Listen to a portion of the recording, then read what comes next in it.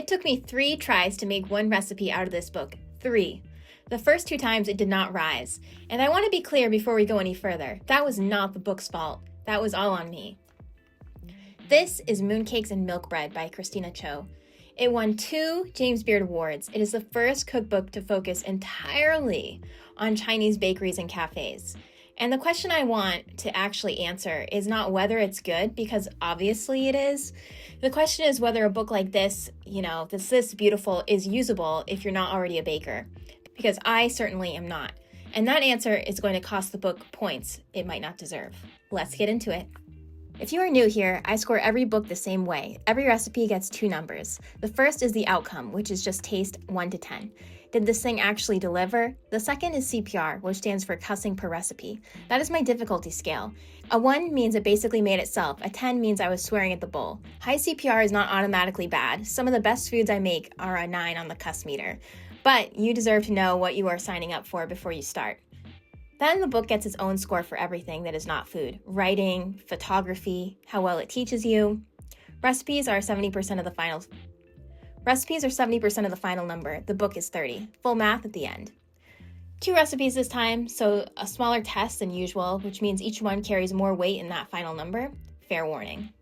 First up, the milk bread rolls, the signature recipe, the thing this book is named after, and this is where I have to be honest with you about where I am as a baker. I can cook, I'm comfortable in the kitchen, but I'm on the struggle bus trying to make that jump from cook to baker, and this recipe found every single one of my weak spots. Attempt 1, the dough did not rise. Attempt number 2, it was hard as a rock.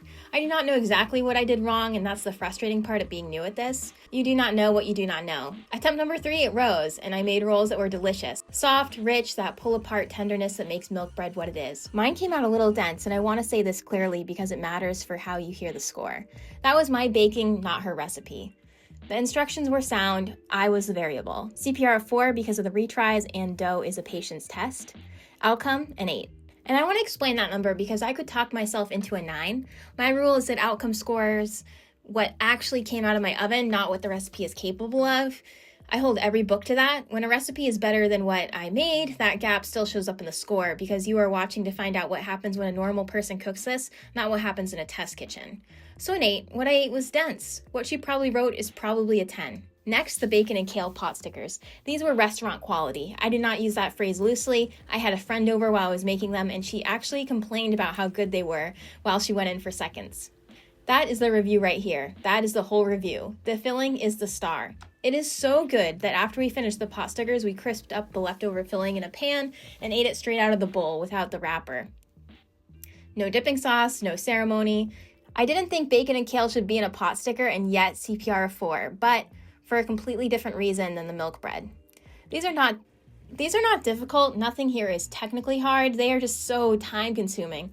Rolling out every wrapper, filling every one, pleating every one, put on something to watch and settle in.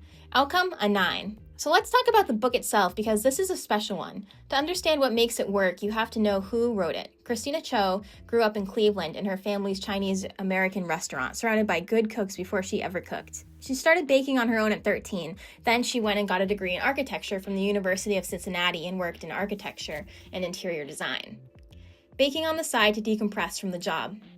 Then one day she quit. She built her blog, Eat Show Food, and she turned it into a cookbook that won 2 James Beard Awards in 2022. One for baking and desserts and one for emerging voice. It landed on best of the year lists at the New York Times and the New Yorker. That architecture background is not a fun fact. You can see it in the book. There is a designer's precision to how these recipes are put together and how the information is laid out. The writing is the thing I love the most. Her voice is warm and specific and brings real cultural context to every recipe instead of just handing you instructions. This is the first cookbook to focus entirely on Chinese bakeries and cafes, and she treated that with responsibility. The history is in here. The bakery visits are in here, her grandfather's almond cookie recipe is in here, and the photography is beautiful. Which, I might add, she shot all of it herself, which is something not most cookbook authors can say. I actually haven't heard of any cookbook author that shot their own photography. Here is a small thing I want to give her credit for because almost nobody does. She lists water in the ingredients. That sounds like nothing. It is not nothing. So many recipes bury water somewhere in step 4 and you find out when you needed it warm or you needed a specific amount after you had already prepped everything and gotten started. Putting it in the ingredients list means you can actually read the whole recipe first and know exactly what you are working with before you touch anything. For a beginner, that makes a big difference between feeling prepared and feeling ambushed. It is a small editorial decision and it feels like somebody was actually paying attention.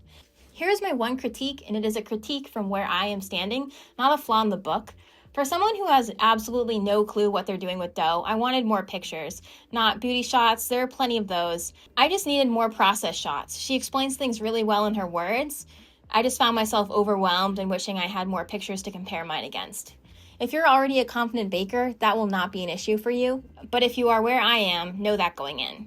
Book quality is a 9 out of 10. An 8 and a 9 gives a recipe quality score of 8.5. Weight that at 70% and add the book quality score of 9 at 30%, and Mooncakes and Milk Bread lands at 8.7 out of 10. One caveat I owe you, this was a 2 recipe test, and one of them is literally the recipe on the cover. So take that number as a strong signal, not a final verdict. And I will come back to this book. Here is what I actually think. This book did not make baking easy for me. Nothing was going to make baking easy for me. What it did do was it gave me good instructions, good enough that my failure was clear on my own, and that a third attempt produced something I was proud of. That is what a great cookbook does. It does not lower the bar, it gets you to the bar. Buy this one. If you have baked from this book, tell me in the comments what I should attempt next and whether you actually got your milk bread on the first try, because I just need to know if it's just me. As always, thanks for watching and catch you in the next one.